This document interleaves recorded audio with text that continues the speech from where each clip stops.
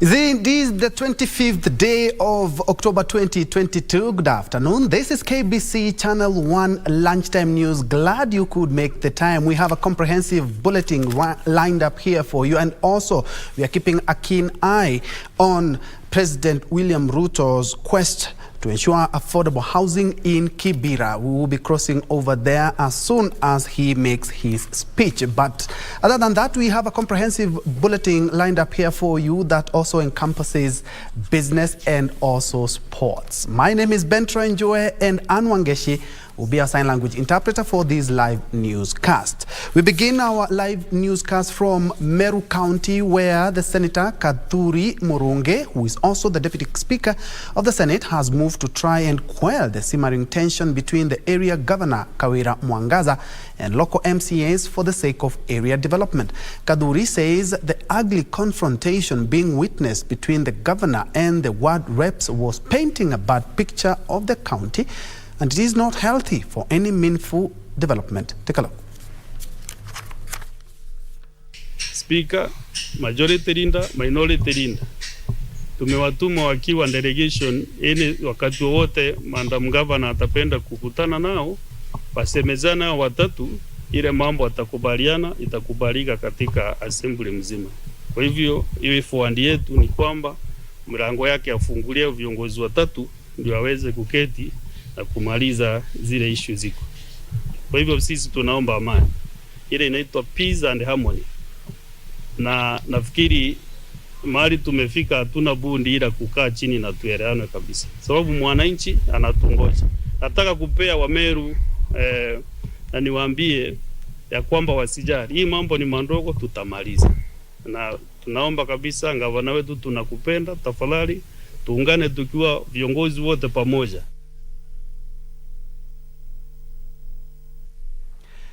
And about 150 kilometers down from Meru to Embu, where leaders from the county have urged parastatals working in Mbeere region to channel their community social responsibilities towards mitigating the ravaging drought in their areas of operation. By Embu woman member of parliament Njoki Njeru and Kiambere MCA Lenny Masters, the leaders urged state corporations such as Kengen and Kenya Power and Lighting Company to facilitate residents access to water. Na South, kuna shinda ya maji, kweli si kweli? Mko na shinda ya maji? Mmekuwa na shinda ya maji miaka mingapi? Mingi sana. Wakati ni huu wa kuhakikisha ya kwamba haki yako imefuatwa. Tunachagua viongozi, MPs, presidents, senators. Tafadhali, wacha kila kiongozi ajumuike. Ama namna gani? Kwa ile ofisi yake amepewa na Mungu na hao wananchi, ahakikisha kwamba kuna kitu analetea mwananchi.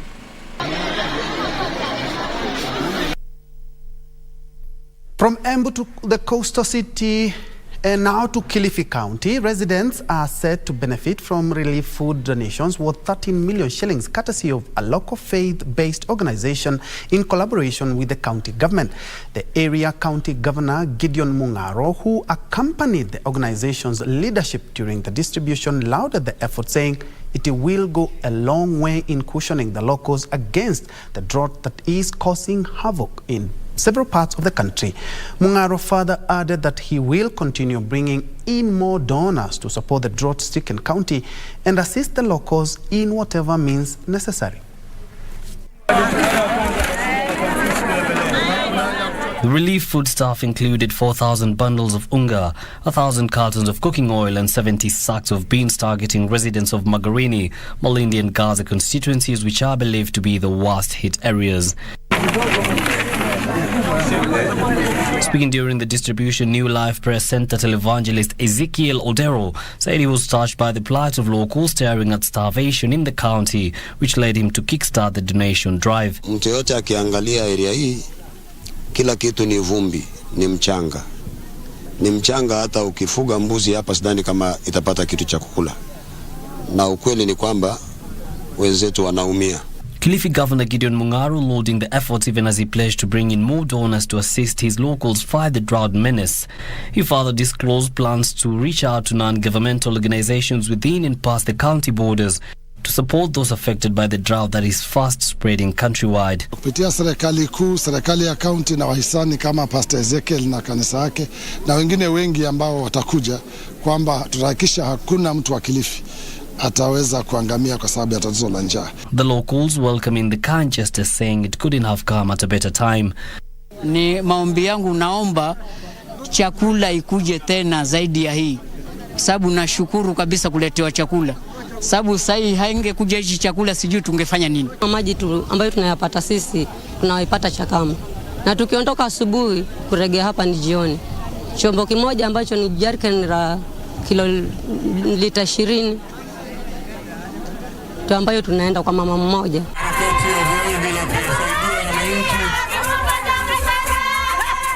So far reporting for Lunchtime News. In other news, nominee for the deputy governor position, Felix Kimayo Kipngok, has been vetted by members of the Baringo County Assembly at the Kenya School of Government. The seat fell vacant following the death of Charles Kipngok, who collapsed and died at the JKIA while headed to Mombasa last month. Kimayo promised to help the governor in fixing the ailing health department and use his expertise to ensure the people of Baringo benefit from geothermal deposits found in Baringo. Working with the governor and the team that is already constituted towards sharing and to ensure that the delivery of the university, we'll work together as leaders of Baringo County to ensure that this is achieved within the stipulated period of time. And we love the university. The benefit of a university to the people is it will create employment generally through the locality and through the area. Moving on, the County Public Service Board of Kitui has dismissed allegations that it is soliciting bribes from job seekers in exchange for employment. The chairperson, Dr. Florence Munaye, addressing a press conference at the board's offices in Kitui town, said the hiring body is non-tolerant to corruption and those allegations are false.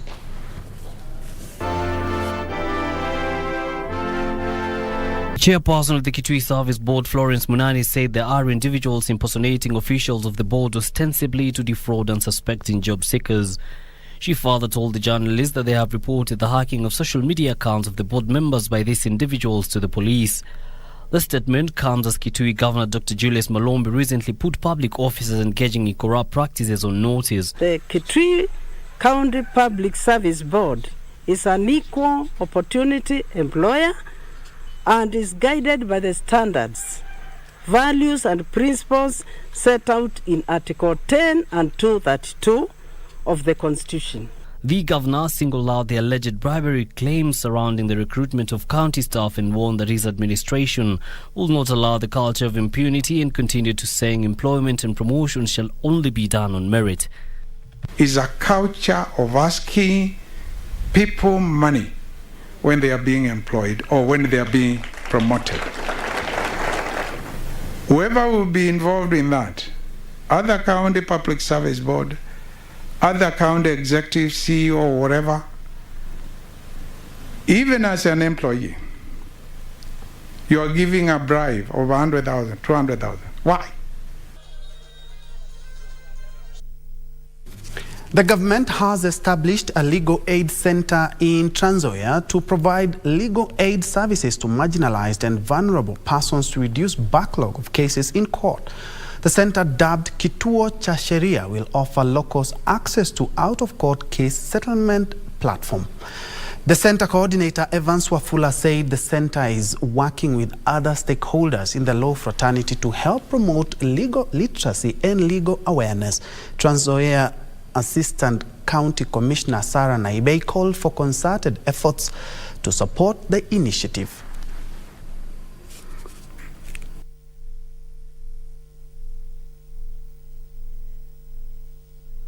Lengo la ofisi hii ni kwamba sana sana tunafanya alternative justice, na alternative justice ni njia mbadala ya kupata haki, na wakati ambapo parties wanakuja kwa kwa hii kamati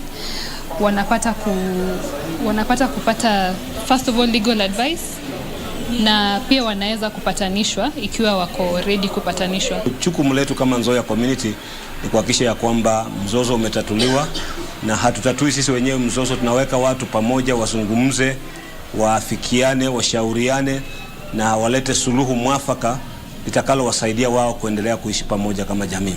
Kama serikali hatuwezi fanya kila kitu. Kama serikali wakati mwingine hatuwezi fikia kila mtu, na nyinyi mnapokuja hivi tunashukuru sana. Nataka kuhakikishieni kwamba tunawa support na tunawa encourage na kuambia kituo cha sheria this is the way to go. We are partnering and supporting the efforts of government. In other news, Chinese ambassador to Kenya, Zhou Pijian, says the new Chinese leadership that was unveiled on Sunday will work closely with President William Ruto's administration. Pijian dismissed reports that Beijing might cut funding extended to Nairobi and assured that China is always ready to dialogue with Kenya over financing of projects. The Chinese Communist Party unveiled its top leadership on Sunday that will lead the second largest economy in the next 5 years. Chinese ambassador to Kenya explaining the implications of the changes in Beijing, but first he sought to assure Kenyans that the new regime under President Xi Jinping values the relationship with Nairobi and will maintain a close working relationship with President Ruto's government. China and Kenya enjoy a profound tradition of friendship. And we have every confidence under the leadership of President Ruto and President Xi. Our comprehensive, strategic, cooperative partnership we're getting stronger and stronger for mutual benefit of our two countries and two peoples. We are working very well with the Kenyan government.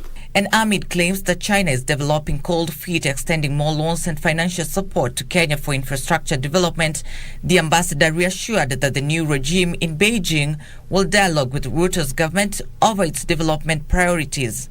The priority of our cooperation will be decided by our two sides. But, you know, from the Chinese, our style has always been the priorities of our friends, of our partners, should be our priorities for cooperation.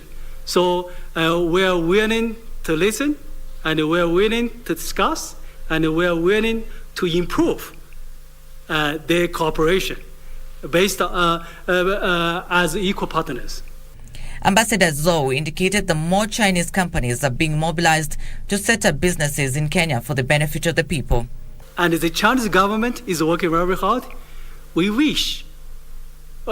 are promoting trade facilitation, facilitating more made Kenyan products to China. China is a willing partner of Kenya to boost industrialization process. We encourage more and more Chinese companies, Chinese investors to expand their business in Kenya, made it here, create jobs, and export to China and the world. He further noted that the two governments are working closely to address the concerns around trade imbalance, especially by allowing more Kenyan exports into the vast Chinese market. At the government level, we keep giving the market process. Take the fresh avocado. The first batch of 45 tons of fresh avocado, after arriving in Shanghai, became very popular among the Chinese customers. And according to your reporting, got the best price in China. Why? This is a willing buyer, willing seller, and meet the Chinese demand for high quality products. Moving on, over 10,000 squatters in Kilimambogo, Kiambu County, are living in fear of what they say are plans to displace them from their land. The squatters, who were resettled by the previous government in the year 2018, claim there are cartels who are using all manner of tactics, including harassment, abduction, and torture of members to drive them away from their land, and now calling on the government to intervene. Faces of these elderly, hopeless women and distraught children paint a clear picture of the anguish they face every day. These squatters in Kilimambogo, Kiambu County, claim they are victims of constant harassment by goons who want to drive them out of this settlement, which they were resettled by the previous government. Kwa hivyo nimemuomba arudie presidenti ule wako arudie tena. Tafadhali tukae na imani. Tumekaa kama wakimbizi. The squatters say their livelihoods have been interfered with as the goons destroy their crops, which is causing high levels of poverty and uncertain futures for these families. Mimi kwa hiyo shamba yangu ni kilima saa hii hata nikanyanga wananingoa kabisa. Wanaleta hiyo grupu mbaya inaitwa Mungi. Hao watu saa hii wananyang'anya watu, hawana kibali yoyote. Wanaingia wakitumia force. Ndio serikali wakati tunakuja kugawa shamba wagawiwe wakiwa hapo ndani. Waonekane ndio. The squatters are now calling on the national government and the Kiambu County government to intervene, as the matter is creating a lot of uncertainty and is also traumatizing them and their children as well. Mheshimiwa Ruto ajaribu kupeana pardon au vijana watu warudi hapa, kwa sababu wengine hata ni vijana wa kanisa. Kusema ukweli wamefungiwa pale, wameekelewa ati wameshika wasichana, wamefanya nini, na ni kuondolewa na matajiri ili wasiweze kuchunga wazazi wao. Frederick Parsayo reporting for Lunchtime News. Very well, and that report takes us to our first commercial break. But before we do that, allow me to just sample some of your responses and comments, or even where you are watching us from. Kai Mwachilumo, watching from Stone Town, Zanzibar. Godwin Amos, you say powerful. Dennis Debose, tuned in from Karen, Nairobi. Watching from county number 001, that is county of Mombasa. Zakari Mureithi. Then there's a comment here. Somebody had relief food for how long? That is Kai asking. Indeed, and just as the president said, we cannot just be flagging food each and every time. A lasting solutions got to be found. Let's have that quick break, but on the other side of the break, we still have more news, including business and sports.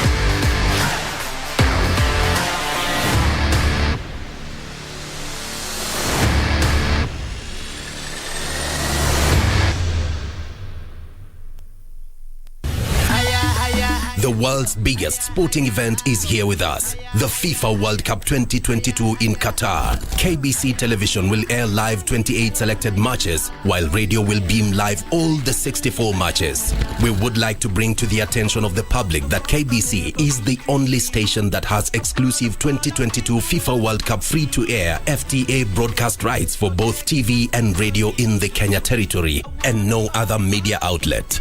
Therefore, catch all the FIFA World Cup action live and exclusive on KBC TV and radio. KBC is indeed your true sports partner.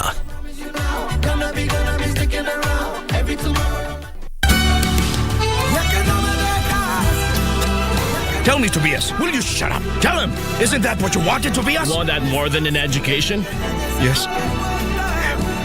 That was my dream. That's right. And I can make it come true. See? Because you're talking to Lionel Madrigal's son. He's a major partner of this hotel. And I'm also Gonzalo Murat's grandson. Tobias, you really think I would believe any of that? That's not my problem anymore. I don't know what you're trying to tell me, and I don't care. But I'm pretty sure that you recognize that dog by now. Right, you know how that boy. dog viciously attacked my dad. It's a miracle he survived. But with just one word, a single word, I can make that dog attack you any moment, so do as I say.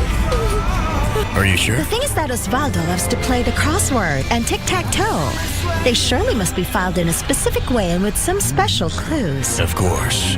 Did you also know that she killed someone named Alfonso Fonseca? No?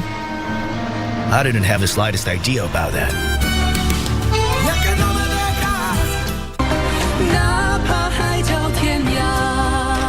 You have been married for 300 years and you're still not pregnant. Shouldn't I be concerned? When I return, I'll have someone who can restore your brother's health. Thank you, my lord.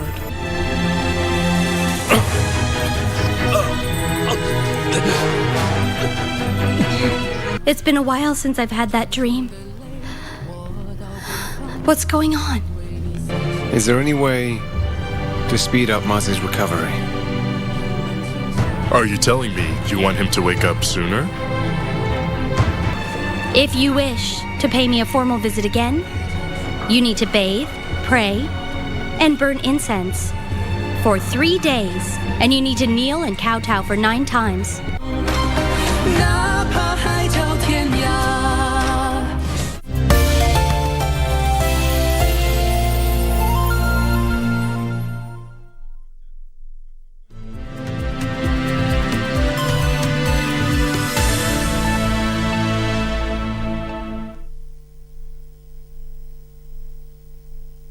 Welcome back and thanks for keeping it Channel 1. Moving on, health officials from Kajiado County have stated the increase of patients in search of better treatment, especially eye treatment. They say the pastoralist nature of the residents' livelihood coupled with the drought has led to the increase in cases of eye diseases. It was during a 2-day free medical camp in Kimana, Kajiado North constituency, where most of those seeking treatment complained about eye ailments. Wana saa ingine tu anaenda hospitali, mwingine ya Kimana, napewa dawa, naambia wanda weka mwezi 2 hivi 3, tarudisha tena macho tuone. Macho ndio kila kitu. Sasa kama nataka kumpigia mtu simu labda ni jambo la muhimu, sitaweza kupiga simu ni kwa sababu hiyo namba labda sitaiona mpaka labda nipate mtu ambaye ataniambia hii namba ndio hii. Hata hii marika yetu pia macho imeanza, unakuta mtu anasema hata siku hizi hazioni na mtu sio mzee sana.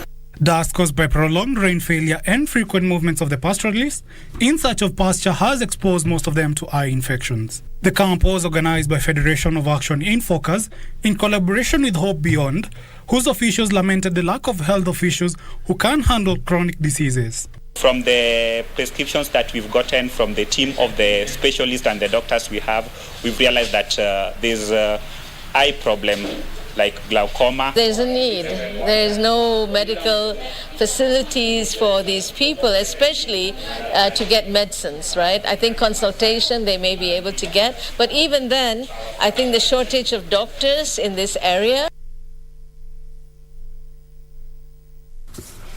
The desire to provide solutions to Kenya's food security challenges is helping to attract investments to the country's agri-tech subsector. Entrepreneurs in the sector say their unique ideas in the adoption of technology in agriculture value chains mean that investors are more willing to provide them with capital and complementary support due to proven improved yields and profitability. Here is Alanoko with the details. Agritech still trails other tech sectors such as fintech, mobility and e-commerce in attracting funding, but its appeal is growing. According to a January 2022 analysis by Disrupt Africa, the African tech ecosystem passed the $2 billion mark in total financing for the first time in 2021. In Kenya alone, in March of 2022, Apollo Agriculture raised 6.3 billion shillings. 4 months earlier, another startup in the same sector, Twiga Foods, raised 6 billion shillings in its latest fund drives. The solutions that we are building are mainly addressing problems that are faced by Africans. So we're building African solutions for Africa. Kenneth Agina, the business development manager at Adenian Labs, says sectors like Agritech offer the best solutions in deploying the latest technology in the industry. We get startups into the incubation program. There are certain services that we offer, and these services we offer because we try to, as much as possible, de-risk these startups from possible failure. One such agritech benefiting from such support is Thorium Organic Foods, which uses its platform to onboard smallholder farmers and connect them to the marketplace. Let me first take you back a bit. We have a technology that we're developing here in Adenian Labs, and that's the technology that we're using to also help onboard farmers. So the first step the farmers do is, first of all, they sign a contract. Kennedy Karaoke, founder of the company, says that challenges that ordinarily face agritech are reduced by the use of the latest technology and innovations. Agritech is very important. It's very important because, number one, for example, us guys, we're dealing with organic food production, so we're dealing with the health of our society. We're trying to mitigate the challenges of us always getting diseases which are linked to the food. Experts say startups like these are the reason Kenya continues to remain one of the major tech hubs on the continent, with Kenyan companies being among the main recipients of financing and incubation from both local and international investors. Alanoko, Lunchtime News. In other news, the Capital Markets Authority has announced the gazettement of investment-based crowdfunding, which will allow micro, small and medium enterprises to access affordable and alternative finance. CMA Chief Executive Officer Wycliffe Shamia says the regulation will apply to eligible crowdfunding platforms where MSMEs will be able to raise money from members of the public in exchange for capital markets investment instruments. The CMA has now given all investment-based crowdfunding platforms a year to comply with this new regulation. During his inauguration, President William Ruto reiterated his commitment to providing accessible and affordable financing platforms for MSMEs, particularly through venture capital and equity funds. The Capital Markets Authority has now announced the provision of inclusive crowdfunding policies, which will allow MSMEs to crowdsource finances and use crowdfunding platforms to interact with investors. In this investment-based crowdfunding model, issuers who raise money from the crowd will offer investors either shares or a debt instrument, and the investor will give money to the issuer with an expectation of a financial return on investments. The regulations are applicable primarily to crowdfunding platforms operating in Kenya. Crowdfunding platforms participating in crowdfunding will be required to have an issued and paid up capital of 5 million Kenyan shillings upfront and liquid capital of a minimum of 10 million shillings, or 8% of its liabilities. The platforms will also be required to supervise users, issuers, and investors through rules approved by the authority during licensing. CMA CEO Wycliffe Shamia says this move will play a key role in spurring economic development for startups and small businesses. Hibak Said for Lunchtime News. Tightening markets for liquefied natural gas worldwide and major oil producers cutting supply have put the world in the middle of the first truly global energy crisis, the head of the International Energy Agency said on Tuesday. IEA Executive Director Fatia Birol said the ongoing energy crisis will put a damper on global economic growth, sliding many economies into recession. More in our international business news. Rising imports of LNG to Europe amid the Ukraine crisis and a potential rebound in Chinese appetite for the fuel will tighten the market as only 20 billion cubic meters of new LNG capacity will come to market next year, IEA Executive Director Fatih Birol has said. The IEA Executive Director further says the decision by the Organization of the Petroleum Exporting Countries and its allies to cut 2 million barrels per day of output is a risky decision as the IEA sees global oil demand growth of close to 2 million barrels per day this year. Soaring global prices across a number of energy sources, including oil, natural gas and coal, are hammering consumers at the same time they are already dealing with rising food and services inflation. The high prices and possibility of rationing are potentially hazardous to European consumers as they prepare to enter the Northern Hemisphere winter. Elsewhere, U.S. exports of nitrogen fertilizers jumped to a multi-year high this summer after surging natural gas prices in Europe drove up cost of producing the crop nutrient there, making U.S. shipments more competitive. Since February, Europe started weaning itself off Russian natural gas, and the pipeline transporting ammonia from Russia to a Ukraine port was shut down.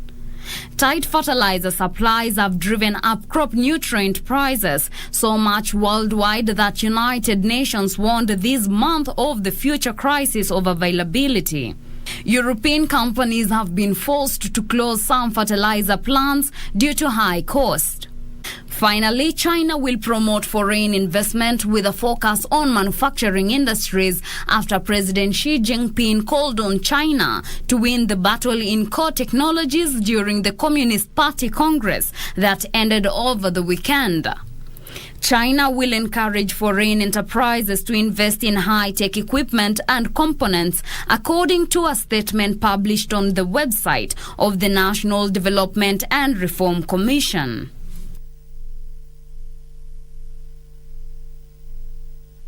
And back home, the risk of polio infections in Busia County have dropped drastically in the region. This attributed to deliberate and collaborative. I'll take that again. The risk of polio infections in Busia County have dropped drastically in the region. This attributed to deliberate and collaborative efforts being made by sector stakeholders to eradicate the disease. Speaking in Busia, Western Rotary Club in charge, Janet Akech, said the fight against polio will soon be won, noting that disease burden has gone down by approximately 99% in the country.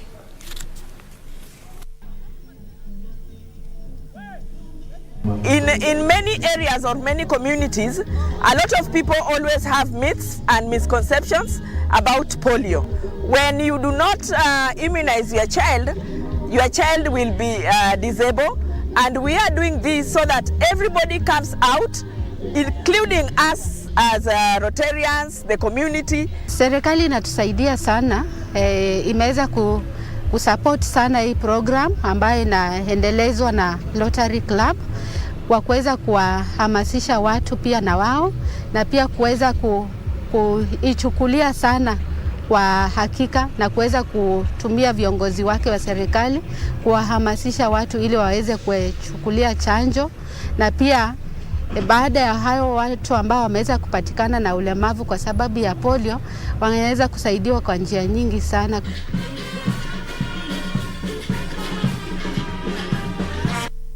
Other news, the Unclaimed Financial Assets Authority has published names of 225 individuals who are yet to claim their financial assets running into billions of shillings. The authority say the individuals are supposed to present their personal details to UFAA offices to be allowed to access the assets that are registered under their names. This comes as some residents of Tana River County are urging the authority to fast-track the process of paying their dues that have dragged on for years.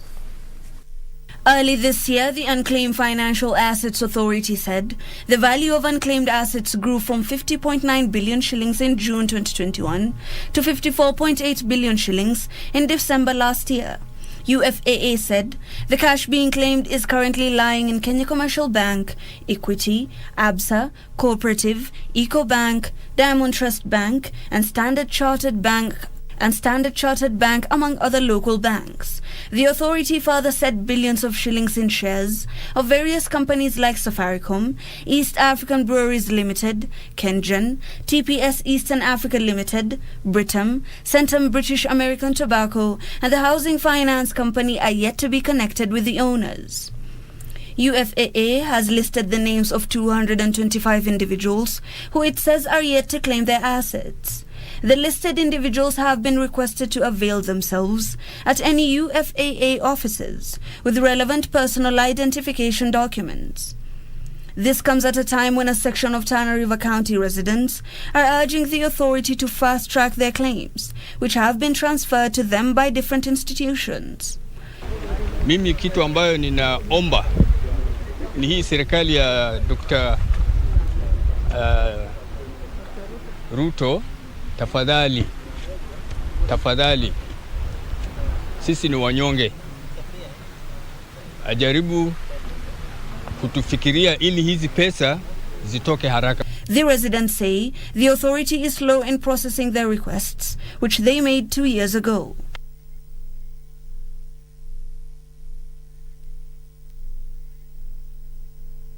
And down south, over 1,400 South African businesses have been liquidated in 2022 so far, with 170 more recorded in September. Data from Statistics South Africa shows the total number of liquidations increased by 11.8% in September 2022 compared with September 2021, and the total number of liquidations increased by 2.1% in the third quarter of 2022 compared with the third quarter of 2021. More details next in our Africa Business Roundup. The financing, insurance, real estate and business services sector is the hardest hit by liquidations, recording 58 closures in September and 472 in the year to date. This is followed by the trade, catering and accommodation sectors, with 33 and 281 liquidations for the month and year to date. These were the only two sectors that had double-digit liquidations, with the community, social and personal services sector recording 8, the manufacturing sector recording 7, and the construction sector recording 6. About 423 businesses are unclassified, making up to 30% of the total. There were 13 additional liquidations compared to 157 recorded in August. A decrease of 3.7% was recorded in the first 9 months of 2022. Compared with the first 9 months of 2021. The liquidation data shows that businesses in the catering and accommodation sectors remain under pressure, with 13 more businesses in that category being liquidated. Elsewhere, the Islamic Development Bank has approved a $1.8 billion credit facility for Nigeria. This includes $971 million in project financing by ISDB, $288 million provided by the Islamic Corporation for the Development, and $477 million in trade operations. Nigeria's stake in the ISDB has risen to 8.75%, which places the country as the fourth largest shareholder of the 56-member bank. In addition, the Islamic Corporation for the Insurance of Investment and Export Credit, the bank's investment guarantee arm, has provided a $1.1 billion as business insured and $1 billion as a new insurance commissioner to help attract businesses and insure them. The Islamic Bank looks forward to strengthening bilateral relations, as out of the 36 states in Nigeria, ISDB has investments in 16 states. Finally, Egypt has invested £50 billion in digital transformation projects and aims to increase the information and communications technology sector exports. Speaking during a panel discussion on maximizing high-tech exports, Telecommunications and Information Technology Minister Amr Talat pointed out an increase in the ICT sector's budget in the current fiscal year by 22.6% compared to the previous fiscal year, saying the sector's growth rate was 16.3% in the financial year 2021-2022, making it the most growing sector in Egypt's business market. And that report on companies' performances in South Africa takes us to another break. But before we do that, allow me to appreciate some of you who are watching us on Facebook, like Kiprotich Boss Ben. You say, mark me present. Peter Ndwiga, you say you're in. Bet Gideon, getting you live from Eldoret, Kimumu area. Linus Bet, you say watching from Konoin in Bomet. Nalubega Fatuma, you are also watching Young Poison live from Kericho County, and Cassie David watching live from Kapenguria. Enos Omothi, always a pleasure. You're watching from Nairobi CBD. Let's have a quick break, but when we come back, I still have more sports news, including telling you where former Arsenal boss, will be headed to.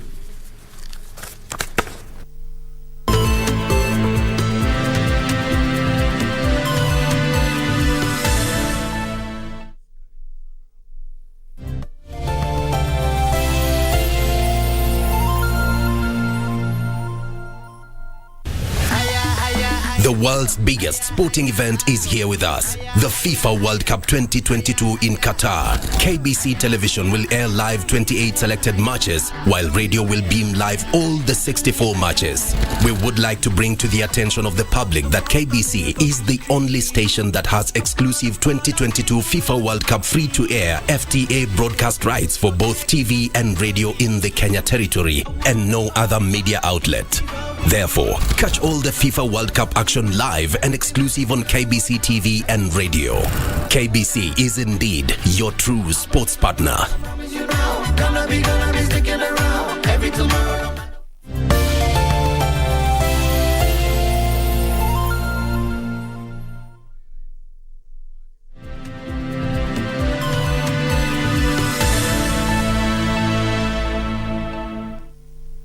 Welcome back to Lunchtime News, and as I had alluded to earlier, is that we're keeping a keen eye on President William Ruto, who today is launching the Soweto East Zone B Socio Housing Program. And as you can see right now, currently speaking is Nairobi Governor Johnson Sakaja. Let's listen in. Huyu Asla ni kijana wa Kibera, na wewe ulimnominate. Sasa ni nominated MCA katika County Assembly ya Nairobi. Nimesikia Samora, Mheshimiwa Samora huwa ametoka Kasarani. Of course tuko na chair lady hapa, Mheshimiwa wetu ambaye ako nominated. Pia Shironi MCA lakini asemi, yule ameongea ni MCA nominated, na pia ni chair wa ODM katika Lang'ata, na tuko naye kwa County Assembly. Tuko na Cecilia pia nafikiri. Ndio yule Cecilia, of course unamjua coordinator wako wetu wa chama. I can't see very well. OVG Virginia alikuwa agent wangu wa Lang'ata, na yeye ni MCA pia wa hapa. Your Excellency, niko na dada yangu mama wa county anaitwa Esther Pasaris. Wacha aje azungumze pia yasalimiani. Karibu Mheshimiwa Pasaris.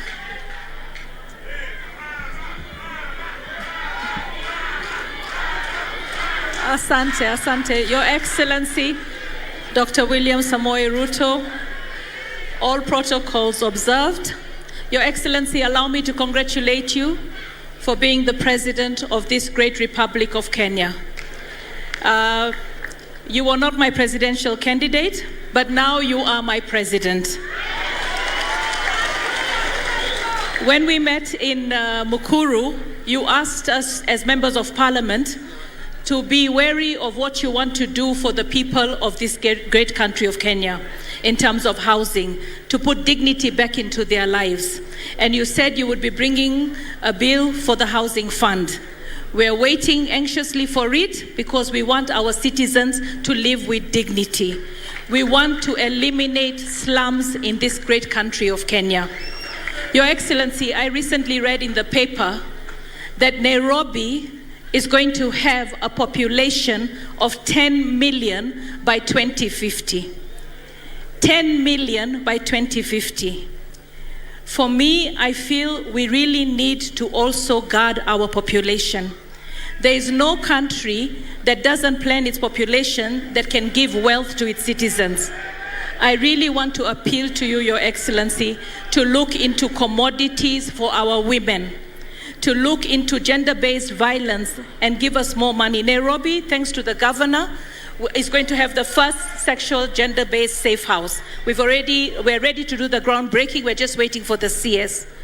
But having said all this, Your Excellency, I want to also recognize that the father of slum upgrading is none other than Raila Amolo Odinga. And for that, I want to say thank you, because a good leader takes every good project that is there.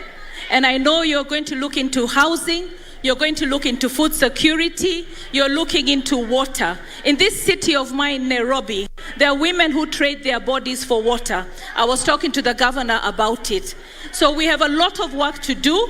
What I want to say, we will join hands with you, we will give you support so that we can serve the great country that we call Kenya. God bless Kenya. God bless you, Your Excellency. Thank you.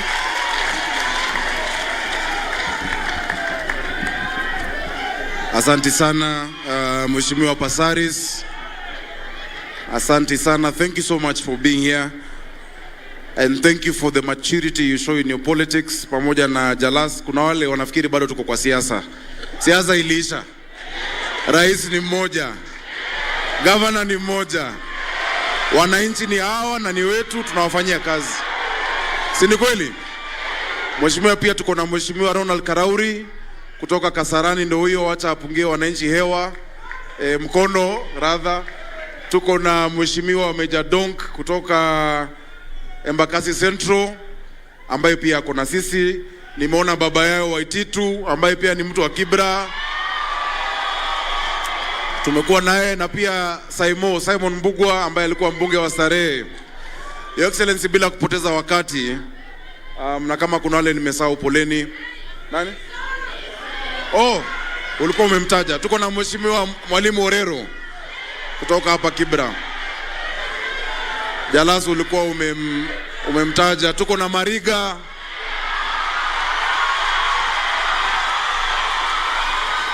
Ambaye ako hapa.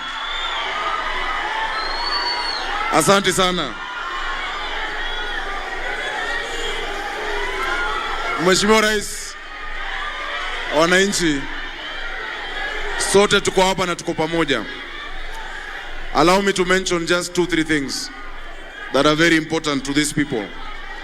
Your Excellency, jambo la kwanza, asante kwa kufikiria mambo ya hadhi, dignity ya mwananchi wa kawaida. Na Your Excellency, umetuonesha njia. Hawa wananchi ndo walitunusuru. Hawa ndo walibaki na sisi. Na sisi tumesema hatutawasahau wananchi wa kawaida wa Nairobi na wa Kenya. Na mimi nawahimiza wale pia wako kwa serikali ya county, kwa kila kitu ambao tunafanya, tufikirie hawa wananchi wa kawaida kila siku. Yule mwananchi ambaye amekaa kwa kitongoji, ambaye amekaa kwa slum, he is as Kenyan as ule mwananchi ambaye ako Lavington, ambaye ako Karen. Lazima tumfikirie mwananchi wa kawaida. Na Excellency, wewe ndio umetuonesha kwa mfano wako na kwa mtindo wako. And for that reason, Your Excellency, kwa project kama hii, Ochanda tulieni. Ochanda nimemuona, tunamjua. Tulieni. Hawa vijana tunawajua wote, Your Excellency. Ni vijana wako na wanakupenda. Your Excellency, tumesema kama county government, siku za mwananchi wa kawaida kudharauliwa Nairobi zimeisha. Na tulisema ya kwamba kwa mipango yetu yote kutoka housing ambapo tumesupport, kwa mfano hapa niliandikia PS tarehe 19, alikuwa ameniandikia kutoa approval ya hii kazi ianze without all of those technical steps. Pia ile restriction ya kwenda juu, wanasema usipite a certain height, tumetoa hiyo approval. Na pia waweze kuanza kazi kabla ya kuupload title deed ambayo tunatafuta, tumetoa hizo approval. But tumesema ya kwamba kwa mfano jana na juzi tumekuwa tukiangalia budget ya Nairobi County. Your Excellency, niliona walikuwa wameniekea 500 million shillings ati kujenga nyumba ya governor na deputy governor. Nimwambia watoe hiyo pesa, tujengea watu masoko, tujengea wananchi wa Nairobi mahali ya kufanya kazi, kwa sababu hapo ndio watu wetu wako. Simi kuna mali inaishi tayari. Sasa jameni, nusu bilioni kujengea governor nyumba, akina mama hao wanahangaika. Vijana wetu wanahangaika. Hawana kazi. So nimeeleza watu wangu kwa county, na najua pia kwa national government wamejua focus yetu iko kwa mwananchi wa kawaida. Tuangalie mwananchi wa kawaida kwanza, sisi tutajipanga huko mbele. Si ni kweli? Jambo la pili, na nimekubaliana na Mheshimiwa Jalas. Mheshimiwa Jalas ambaye ni ndugu yangu sana, na tulikuwa wasanii pamoja. Tumesema ya kwamba ile TVET, Your Excellency, ambayo ilikuwa inaendelea hapo Madaraka, na wewe ndio ulizindua, tuimalize ili vijana wetu waweze kupata training hapo ndani kwa TVET. Na najua hatua 2-3 TVET itakuwa imeisha. On top of that, tuko na vocational center ambayo tumeaward hapa Hiras na mheshimiwa wetu Oyugi amesukuma, nimehakikisha imekuwa awarded ili vijana wetu tusome, tusikae mtaani tu. tunataka kutoka kwa dimanga, hiyo dimanga utatoka bila kulambuku bana. Sawa sawa? Tukiwafungulia TVET, tukiwafungulia hii vocational training, go there, get educated. Hata kama ni studio ya mtaa, enda hapo ujaribu usani yako.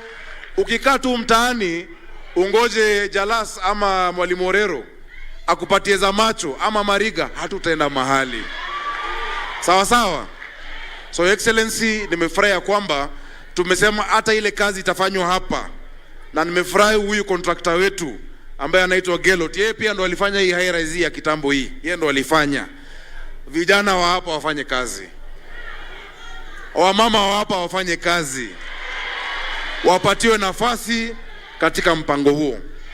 Your Excellency, nikimalizia, tumesema ya kwamba, na nimesikia Shiro anasema ati watu wasilipe rates. Tafadhali wananchi wangu, hii rates lazima tulipe, ili niwafanyie kazi, ili niwaletee maji, ili tuwajengee manyumba, ili niwatengenezee mabarabara, lazima tulipe rates.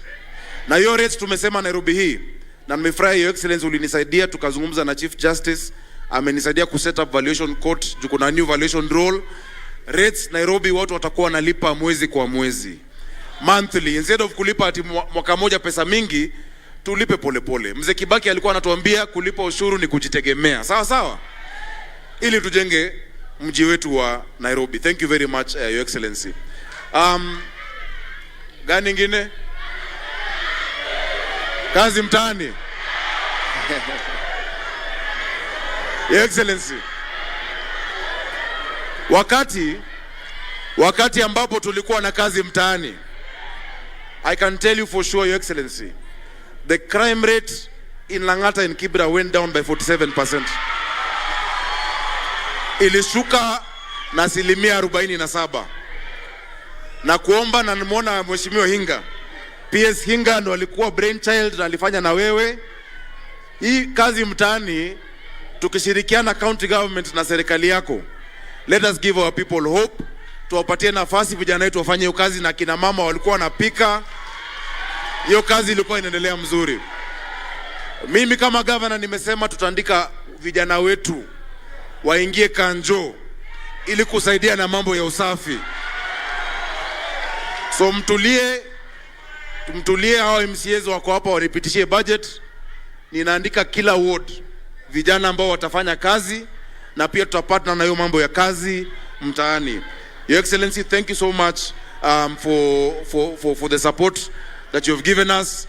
Finally, wale artisans ambao wanafanya kazi, wale wanajenga mlango, wale wanajenga madirisha, wale wanajenga chuma, tumesema pamoja na serikali ya kitaifa tutawapatia zile tools tunaita common user facility, ili unakuja hapo unapiga randa yako, kama wewe ni seremala unafanya kazi, na usiku unapata kitu ya kupeleka nyumbani. Thank you so much, Your Excellency, for this. Allow me at this stage to invite the Cabinet Secretary, and actually before the PS, Your Excellency, I forgot to recognize our good friend, the former Member of Parliament for Langata, Nixon Korir, ambaye anaitwa Generali, ambaye yeye pia anafanya kazi for now. Yeye ni Deputy MP, Assistant wa Jalas, wanafanya pamoja. Lakini Your Excellency, nakuomba kwa niaba ya watu wa Nairobi, najua hujamaliza kuunda serikali, angalia huyo Nixon vizuri, pia asonge aingie kwa serikali yako. Asante sana.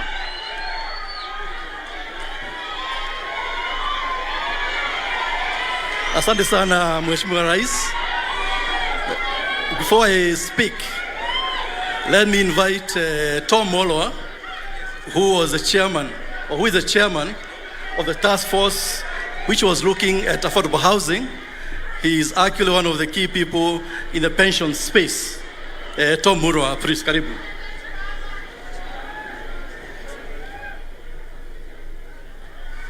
Your Excellency, the President, Dr.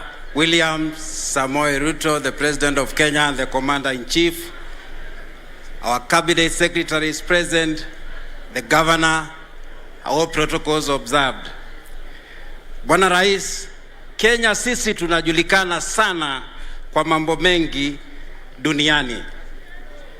Tunajulikana kwa mbio, tunajulikana kwa ukarimu, tunajulikana sana kwa M-Pesa, lakini hii muradi ya affordable housing, Bwana Rais, ndio mambo yote. Your Excellency, tunajua ya kwamba si tu nyumba. Hii ndio ile muradi itabadilisha maisha kabisa, kwa sababu inaleta employment kwa watu wote wa Kenya hii. Rais, wewe ulitoa ufisadi wako, ukatushaudi wale wafanyabiashara wa machama, wa sako, wa pension, wa insurance, tuache kuomba pesa, kwa sababu hapa Kenya tuko na pesa. Sisi wenyewe mama mboga na mahasla wote tuko na pesa kwa chama zetu, tumeweka pesa kwa pension yetu, tutaweka pesa kwa Asla Fund, na sisi wafanyabiashara tukasema tutamsupport rais, kwa sababu serikali imesema itatupatia hadhi, alafu wale wawekeshaji pension, insurance, sisi tutaleta pesa kusaidia serikali kujenga hizi nyumba. Alafu hizo nyumba mtapata hizo nyumba, mtalipa rent to own. Baada ya miaka kidogo nyumba inakuwa yako.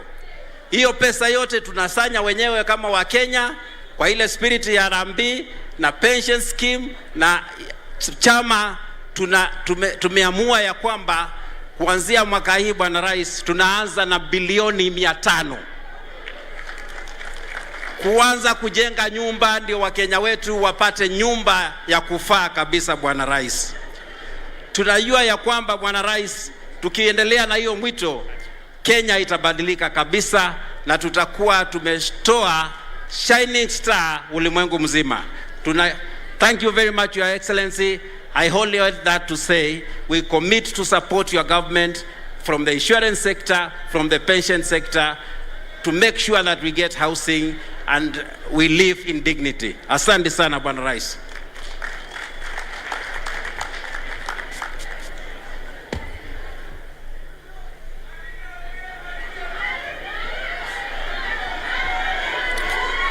Your Excellency, because of time, kwa sababu wakati umeenda sana, we shall proceed with the program. But let me say this, even as we wait for the President to come. One of the key advantages we have in this country is that now we have political will at highest level in terms of the President leading the way. Na kirudi hapa nitarudia tena. Niseme hivi, in the last 1 month, ndugu zatu, the President has been to 3 different projects for housing. Kama governor alisema, tulikuwa kule Mukuru, halafu juzi tukaenda Rogai kule Kajiado. And what is important, ndugu zetu na dada zetu, ni kwamba mahali rais anaenda, he carries the entire leadership with him. Because ukiangalia hapa, sasa mwesikia Tom Mulo ameongea, yeye mkuu wa pensions, kuna bank wako hapa, bankers are here, you had KCB. Mkiangalia kuna developers who are here, investors. So what is important is to know, tukienda mbele hakuna mahali itaachwa nyuma. Wajua Excellency, nilikuwa nasema hii ni ya muhimu, nirudie tena. What you brought to us in this country is leadership in terms of supporting areas which you never have developed. Wajua tulijaribu miaka 10 iliyopita hii mambo ya housing, lakini what was required is political will. Ukienda Kajiado, governor ako hapa, ako huko. Ukiangalia governor wa Nairobi ako hapa. Ukiangalia women rep ako hapa. lakini kwa sababu rais yako hapa, kila mtu ako hapa. Ukiangalia kama mabenki yote iko hapa, ma pension funds. So nafikiri excellency, tukiendelea namna hii, sasa naambiwa kutoka hapa utaenda Nakuru, halafu uende mahali pengine. I think within a short time this country will be very different. And what is also important, excellency, equitable distribution of this housing. Juzi tulikuwa na rais wa yule inaitwa African Development Bank. Akaniambia hivi, Kenya imeendelea mbele, lakini kuna kitu kimoja peke yake ambacho ni cha aibu. Watu wakiongea huko Amerikani, huko Ulaya, wanasema the largest slum in Africa, the largest slum in the world, it is Kibera. Sasa kwa sababu hii muradi, another 2 years, hiyo itakuwa ni story. It will be a story behind us. Kwa hivyo rais, kwa sababu ya masaa, ni kushukuru kwa kuja, na ningeomba tusimame sisi zote tumkaribishe rais wetu wa Kenya. Asante sana.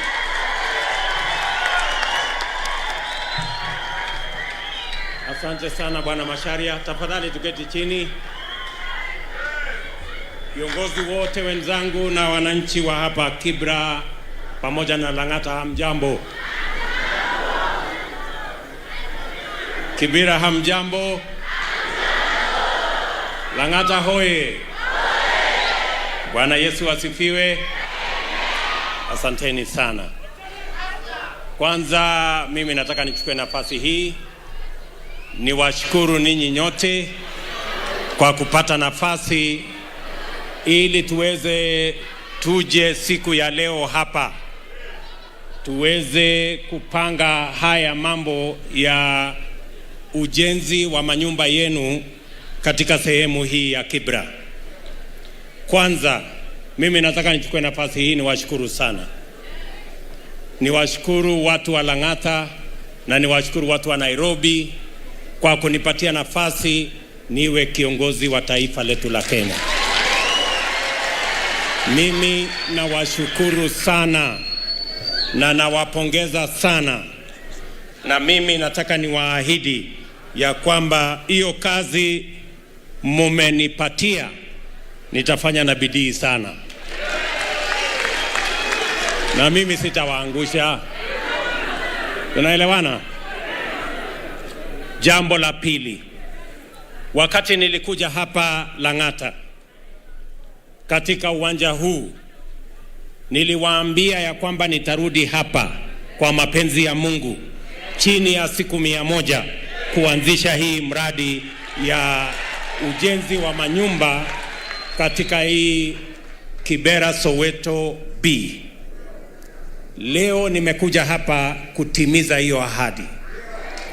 Na mimi nataka niwahakikishie ndani ya miaka 2.5 nitarudi hapa tena ili niwakabidhi manyumba zenu wale watu mnaishi hapa. Nyinyi mnaelewa ya kwamba pale mbeleni tulikuwa na slum upgrading, lakini shida iliyokuwa na hiyo slum upgrading pale nyuma ilikuwa ni kwamba wale wanaishi pale wakiondoka wanaenda wakiendanga, hawarudi tena, kwa sababu watu wengine walikuwa wanatafutwa waje waishi kwa manyumba ile imejengwa, na wale ambao walikuwa wanaishi hapo wanapotea. Hii mpango mpya, vile mama wetu hapa Shiro amesema, wale mlikuwa mnaishi hapa, nyinyi ndio mtakuwa watu wa kwanza kurudi hapa, kwa sababu hapa ni nyumbani kwenu. Na mimi nataka niwahakikishie vile vile, leo tumekuja hapa kuanzisha manyumba 4,000 ambazo itakuwa ni manyumba zenu, na tutajenga mbali na manyumba zenu. Pale mlikuwa na manyumba hapa, ilikuwa ni nyumba haina choo, haina taa, haina maji, haina sewage, haina barabara, haina mambo yote. Si ni kweli?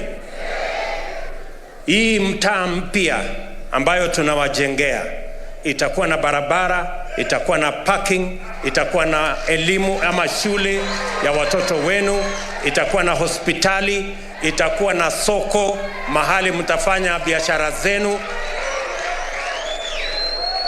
na manyumba yenu itakuwa na vifaa zote. Mtakuwa na choo pale, mtakuwa na maji, kutakuwa na stima, na tutahakikisha kwamba hii Kibera ambayo ilijulikana kama slum kubwa katika Afrika itakuwa the largest real estate in Kenya.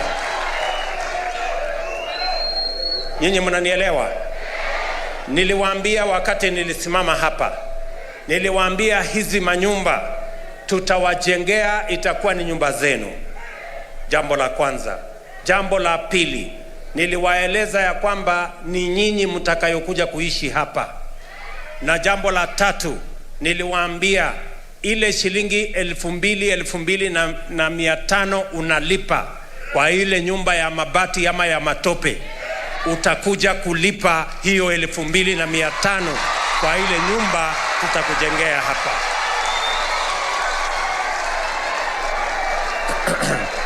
Nyinyi mnanielewa?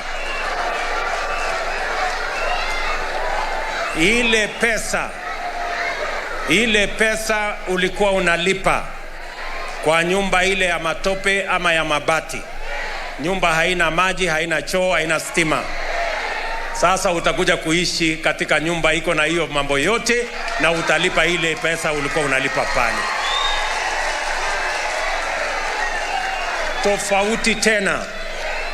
Tofauti tena.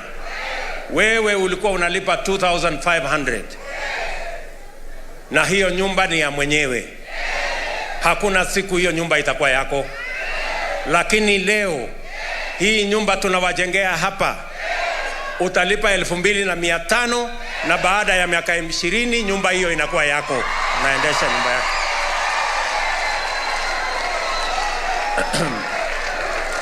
Nyinyi mnanielewa? Na mimi nasimama hapa kuambia watu wa Nairobi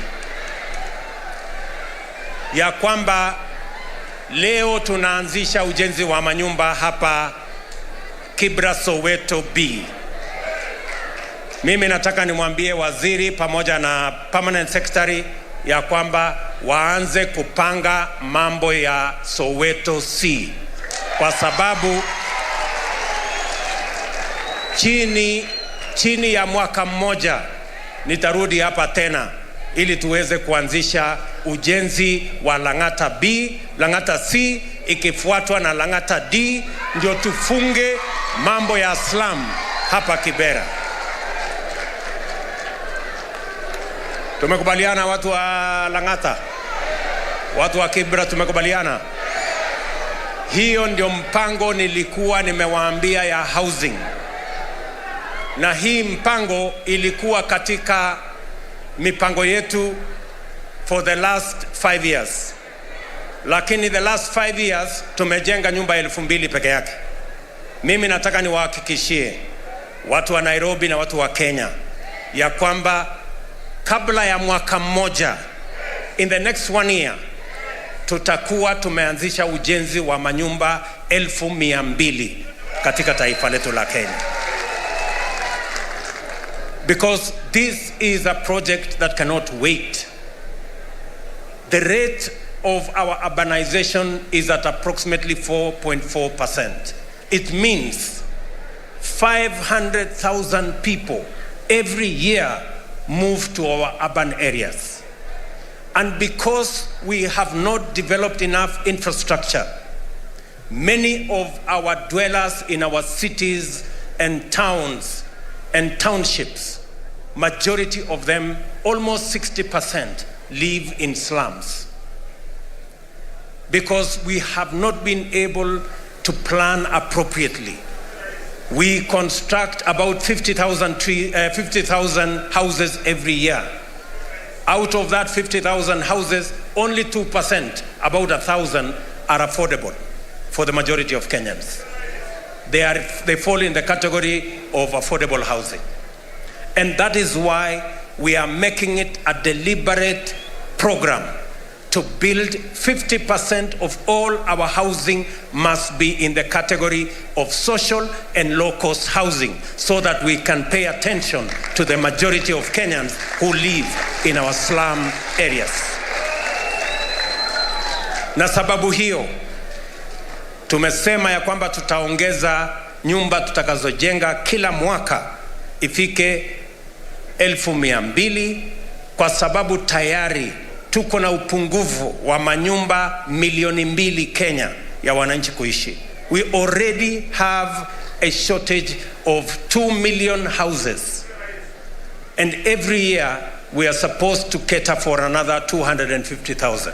So it is important as a country that we focus in this area so that we can give the people of our country dignity. They can live in areas that are dignified, and they can fend for themselves, and they can bring up their families in environments that are of good quality and in environments that are in tandem with the provision of our constitution.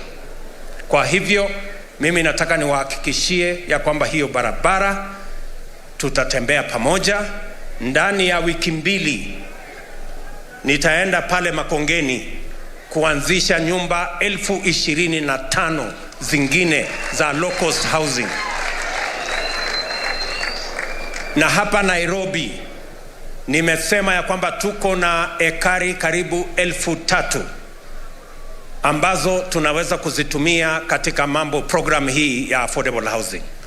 So in Nairobi alone, focusing on 3,000 acres, we should be able to build 500,000 houses in the city of Nairobi.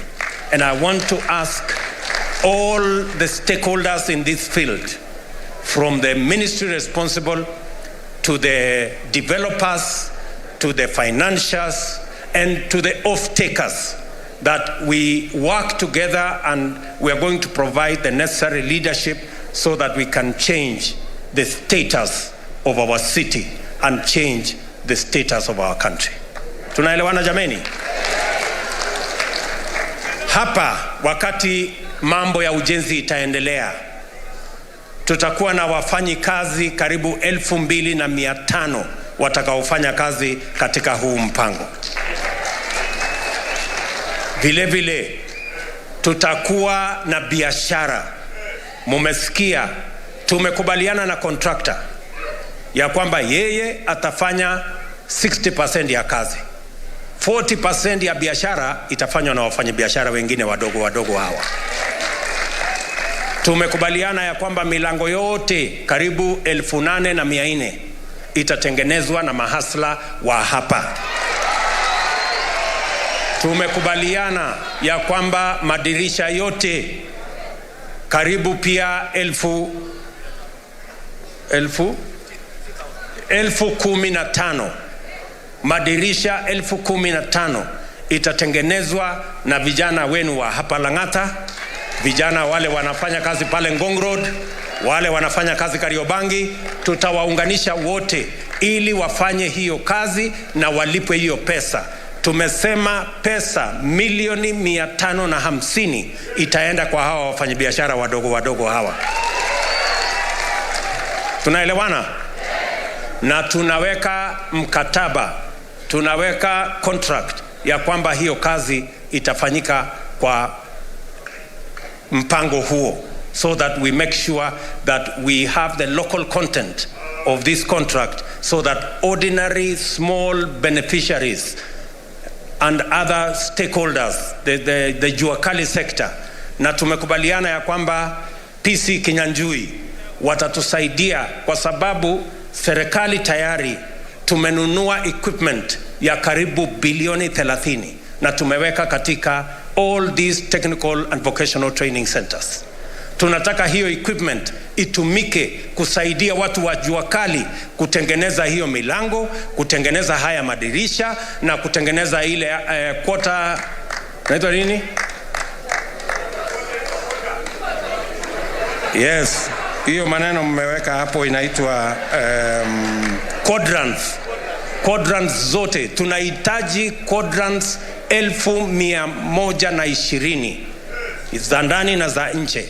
Hizo zote zitatengenezwa tukitumia machine ambazo tumenunua tayari, iko katika TVET zetu, na watu wa jua kali mtashirikiana na TVET zetu ili mkubaliane hiyo biashara itaendeshwa namna gani.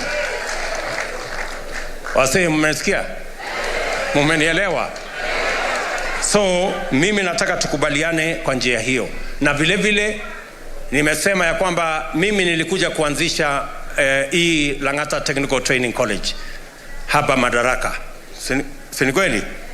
Na tumekubaliana na mbunge wenu wa sasa ya kwamba hiyo mpango lazima tuikamilishe, na pia tuhakikisha ya kwamba kuna equipment ili vijana wa kutoka hapa Lang'ata na hata wale wa Kibera tuwapange na ujuzi na mambo ya kuelewa ya kwamba hiyo kazi itafanywa kwa njia gani. But meanwhile tumekubaliana na NCA pamoja na NITA ya kwamba watakuja ili kuwapatia certification wale vijana ambao watafanya kazi hapa, mafundi. Hata kama wewe huna makaratasi, hiyo makaratasi tutahakikisha ya kwamba umepata. Ninyi mnanielewa? Tuko na mpango ambayo tunasema inaitwa recognition of prior learning. Kuna watu wengi mafundi hawajaenda shule lakini wako na skill ya ufundi. Ni kweli? Na tumesema hakuna haja ya kupeleka mtu ambaye anaelewa kazi shuleni tena. Fanyia yeye mtihani, patia yeye karatasi, aendelee na kufanya kazi.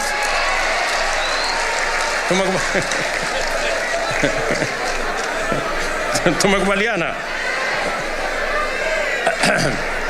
So mimi nataka tukubaliane na nyinyi watu wa Lang'ata, na mimi nimekuja hapa makusudi kwa sababu we want to make this program a reality, and we want every Kenyan to own a decent home wherever they are in the Republic of Kenya. Nishawauliza magavana wengine wa taifa letu la Kenya katika miji yetu yote waanze kupanga ardhi mahali tutafanya mambo ya affordable housing, kwa sababu tunataka kubadilisha sura ya kila mji katika taifa letu la Kenya, na tutengeneze taifa ambayo sisi wote tutajivunia kuita ndio kwetu nyumbani. Tumekubaliana jameni? Vile vile wakati tunapanga hii kazi, tunapanga sio kwa sababu tunahitaji manyumba peke yake. Tunapanga vile vile kwa sababu inatupatia nafasi ya ajira. Nimesema katika hii mpango hapa, si ni kweli? Katika hii mpango hapa tutakuwa na nafasi ya ajira ya vijana 2,500 katika hii mpango. Najua nyinyi mumeniambia ya kwamba mnataka ile kazi mtaani. Munisikize, sikizeni. Mambo ya kazi mtaani ni mambo zamani. Ile kazi mtaani ya kuokota takataka na nini hapana. Tuachane na hiyo. Sasa kazi itakuwa hii. Ninyi mnanielewa? Hiyo kazi sikizeni. Hiyo kazi ya mtaani. Hakuna kazi ya mtaani tena. Kazi ni hii ya kujenga manyumba hii. Na nimemwambia huyu mungwana, wale watu wa kwanza ambao wataajiriwa katika kazi hii ni watu wa hapa Lang'ata na watu wa Kibera, ndio watakuwa wa kwanza. Jambo la pili, mulikuwa mnaajiriwa watu 500 kwa kila ward, si namna hiyo? Watu 500 kwa ward, ambaye ilikuwa watu 2,500. Sio 2,500 ndio watatusaidia kujenga hii nyumba? Na tukianzisha ile Soweto C, tutakuwa na watu wengine 2,500. Na tukianzisha ile Soweto D, tutakuwa na wengine 2,500. Sasa ile mlikuwa mnaniuliza kazi, si ndio hiyo?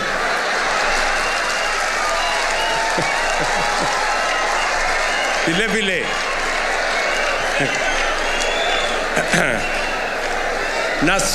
na sio hapa peke yake.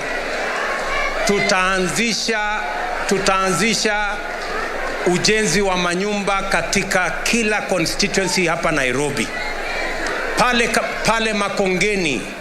Pale Makongeni mahali tunajenga nyumba karibu 25,000.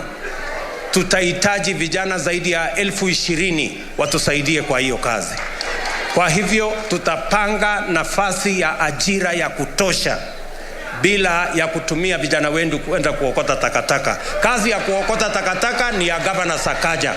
Aokote takataka apeleke kule kwa mambo mahali inapelekwa takataka. Sini kweli? Ndio. Haya. Vile tumekubaliana mambo yote haya lazima tuyapange kwa mpango.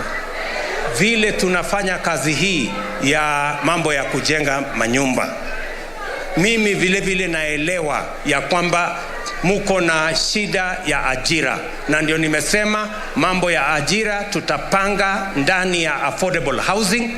Na vile mumesikia hapa, kuna vijana wengi ambao wamesema wanataka pia wajumuishwe katika sehemu zingine za kutafuta ajira. Hapa leo mumesikia huyu jamaa amesimama hapa, anaitwa Bwana Mulwa. Huyu Bwana Mulwa hapo, nilifanya mkutano na wao jana na tumezungumza pamoja na wao, na wamekubali ya kwamba wataungana na sisi kama serikali ili kuweka pesa ya kutosha katika affordable housing na katika mambo ya infrastructure.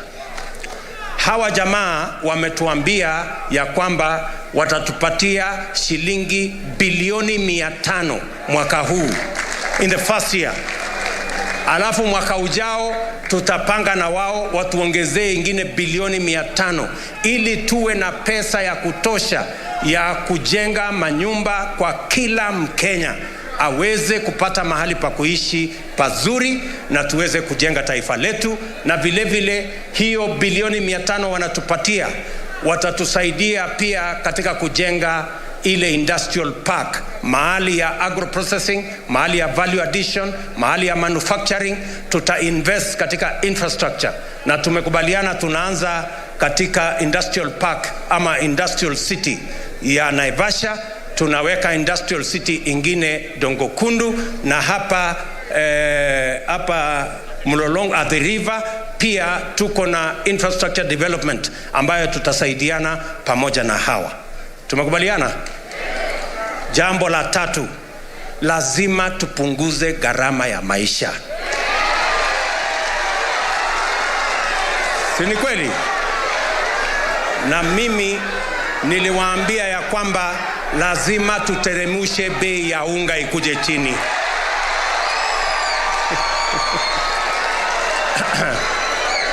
Na hiyo safari ya kupunguza gharama ya unga na gharama ya maisha tayari nimeianzisha. Tayari tumepatia wakulima wetu mbolea magunia 1.5 na tunawapatia ingine magunia 6 wazalishe chakula, ndio chakula ifike hapa ikiwa bei nafuu, na bei ya unga tuanze kuiteremusha. Mimi nataka niwaambie hivi, wale walioharibu hii mambo ya unga mpaka ikafika shilingi 230 walikoroga hiyo mambo kwa miaka 4, si ndio? Si waliharibu kwa miaka 4? Munipatie tu mwaka moja peke yake nitakuwa nimenyorosha. Kuna mna hiyo? So mos sijui kama tunaelewana. Tuko pamoja? Mwisho, mimi nataka nikubaliane na nyinyi. Huyu mama Shiro, chairman wa hapa Kanan, amesema ya kwamba alikuwa anipendi sana, na kwa sababu umenipenda hata mimi nakupenda sana. Ndio. Na ni kwa sababu sisi wote tunakubaliana. Tumemaliza mambo ya siasa jameni, si ndio? Na mimi nataka niwahakikishie Hakuna mwananchi wa upinzani na hakuna mwananchi wa serikali. Sisi wote ni wananchi wa taifa moja, taifa la Kenya. Ile ilifanyika katika uchaguzi, mulitugawia kazi. Mukasema wengine waendeshe serikali, wengine wakuwe walimu wa kusahihisha waende upinzani. Na sisi wote tunafanya kazi moja, kazi ya wananchi. Si ni kweli? Kwa hivyo tutashirikiana, tutafanya kazi pamoja ili tuweze kutimiza malengo ya Wakenya. Wakenya wote wanataka chakula ipatikane kwa bei nafuu. Wanataka watoto wao wasome, wanataka waishi mahali pazuri, wanataka barabara zikuweko, na ya muhimu zaidi wawe na maji nyumbani. Tayari tuko na mipango mitatu ya kuongeza maji hapa Nairobi. Tayari nimeamuru watu wa Athi Water ile mpango ya Northern Collector Tunnel tuweze kukamilisha kabla ya December. Ndio maji karibu 140,000 liters every day be available. 140 million liters iwe available in Nairobi, which is 140,000 cubic meters. Tunaelewana? Mpango ya pili, tayari nimeongeza pesa katika dam ya Karemenu ambayo itatusaidia kuongeza maji Nairobi. Na number 3, nimekamilisha ile mpango tulikuwa nayo katika dam inaitwa Ruiru 2 ambayo pia italeta maji hapa Nairobi. Na jana tumekubaliana na waegezaji tutatengeneza dam ingine inaitwa Maragwa 4 na Ndarugu, ili tuhakikishe ya kwamba kila mwananchi wa Nairobi na kila mwananchi wa counties ambazo za metropolitan hapa Nairobi wanapata maji ya kutosha. These are commitments I am making because we have a plan to deliver on these commitments. Tumekubaliana watu wa Lang'ata? Tumekubaliana watu wa Kanairo? Ya mwisho. Hii mambo ingine yote mimi nitafanya na hawa viongozi wenzangu. Lakini kuna ile lazima hata na nyinyi mufanye. Si ndio? Mimi nataka niwaulize kwa unyenyekevu. Na mimi nawauliza nyinyi na Wakenya wengine wote, vile tutaweza kudeliver, vile tutaweza kuhakikisha kwamba tunatimiza, tuwe na barabara, tuwe na maji, tuwe na stima, tujenge hii manyumba yenu, kila mmoja wetu lazima alipe ushuru. Kila mtu lazima alipe ushuru. Si ndio? Kila mtu alipe tax. Tumekubaliana? Mambo ya kulipa ushuru is not negotiable. Hatuwezi kuwa na mjadala ya kulipa ushuru. Na kila mtu, tukianza na sisi ambao ni watu wakubwa, lazima tulipe ushuru. Kama mama mboga anang'ang'ana mpaka analipa shilingi 50 kwa kanjo, mbona sisi wengine tusilipe ushuru ya Kenya jamani? Unaelewana? Mimi nakubaliana na Mama Shiro. Sisi wote mutakubali tulipe ushuru kila mtu jamani? Munisaidie. Na mtu akikuja akuambie ati tukate kona ndio tusilipe ushuru, mwambie hapana. Wewe unataka kuharibu ili nyumba ile inajengwa pale Kibera nikose ama barabara ikose. Kila mmoja wetu awe ni jeshi na shujaa ya kuhakikisha kwamba kila Mkenya analipa ushuru. Tafadhali na waomba, mahali unafanya kazi, kama unafanya kazi mahali fulani na unaona yule mwenye hiyo kazi anakata kulipa mama anakwepa kulipa ushuru, wewe tuambie, kwa sababu huyo anataka kuharibu maisha yako. Kwa sababu mtu asipolipa ushuru anaweka hiyo pesa kwa mfuko yake, anatuletea hasara kama taifa la Kenya. Na ndio mimi nakubaliana na mama huyu, Mama Shiro. Mama Shiro ameomba mambo ngapi? 2. Amesema ya kwanza, tunataka utuondolee ushuru ya mambo ya stamp duty. Na hiyo nimekubaliana na yeye kwa sababu hii. Tumesema kama serikali, kama wewe unanunua nyumba yako ya kwanza, first home owner, hatuwezi kukulipisha ushuru, tutaondoa mambo ya stamp duty. So Mama Shiro, mambo ya stamp duty tutaondoa. Sawa?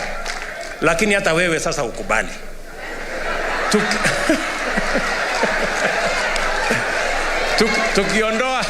Tukiondoa ushuru ya stamp duty, ile ya rates wewe ulipe.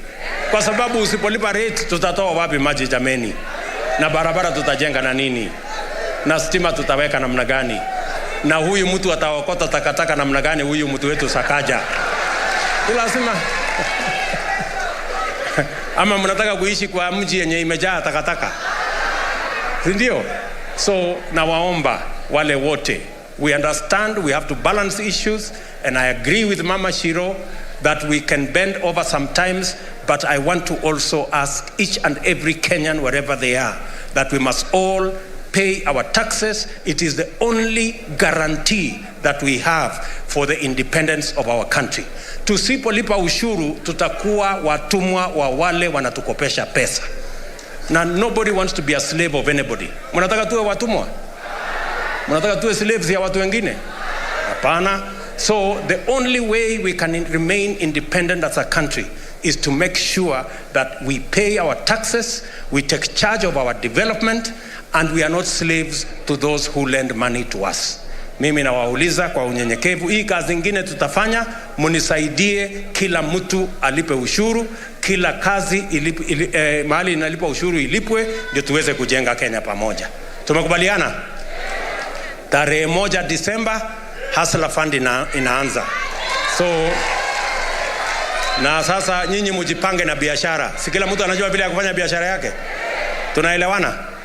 So mimi nimefurahi sana, nimefika hapa Lang'ata, nimefika hapa Kibera. Si tumegawana kazi? Si mimi nitafanya ingine, nyinyi mtafanya ingine? Na tuko pamoja? Tutatembea pamoja? Tumekubaliana? Nataka niseme asanteni sana, mjue na wapenda sana, na watakia baraka ya Mungu. Asanteni sana. Thank you.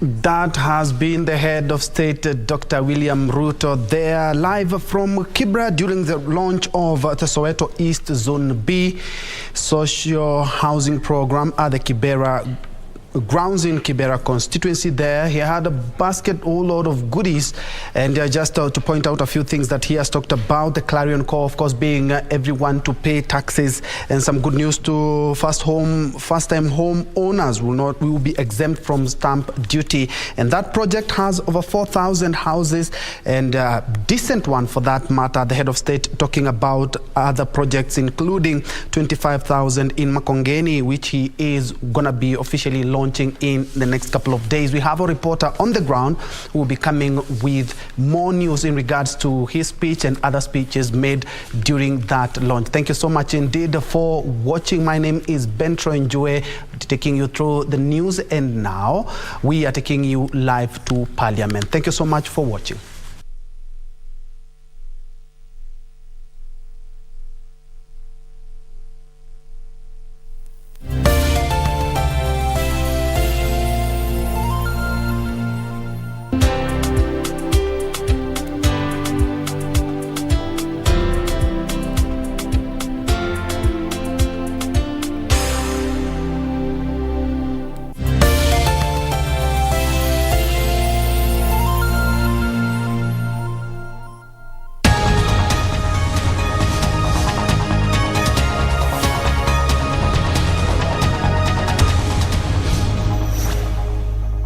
Mikononi mwetu.